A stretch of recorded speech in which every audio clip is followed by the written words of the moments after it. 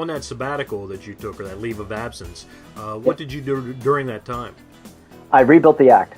Okay. So in 2000, so a little bit, there's a little gap in there in the middle.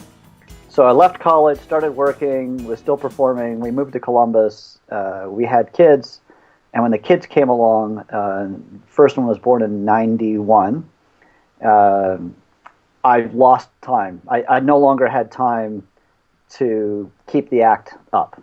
It was already stale by that point, and I had no time left to do anything about it.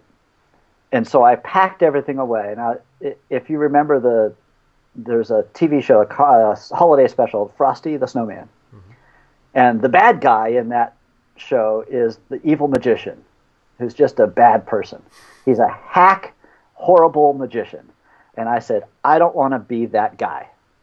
I would rather not perform than be that guy. And so I packed everything away. I kept doing card tricks, and I kept talking to myself when I was driving to keep my ventriloquism together, but that was about it.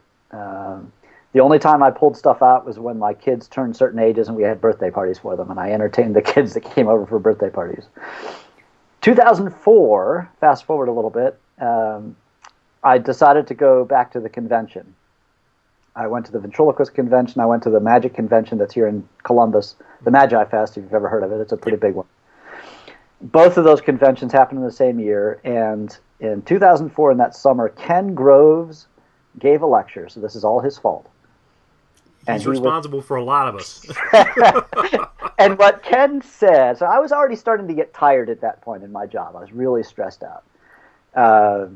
And Ken said, this is great life. I tour around and I do corporate events for 9 months out of the year, and then every summer I take off and play with my puppets.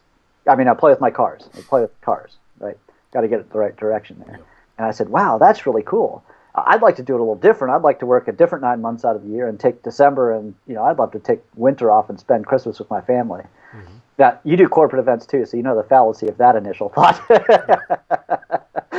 December has turned out to be peak month. But I looked at that and said, wow, this is possible. I could actually do this. I could change my career completely and do this. So I set the wheels in motion. 2005, I went back to the convention again. And in 2005, I sat there at the convention and wrote up my 10-year plan for how I was going to make the transition. And that's what caused the whole transition, took the leave of absence. So while I was out for 4 months, I completely rebuilt the act. I started all from zero.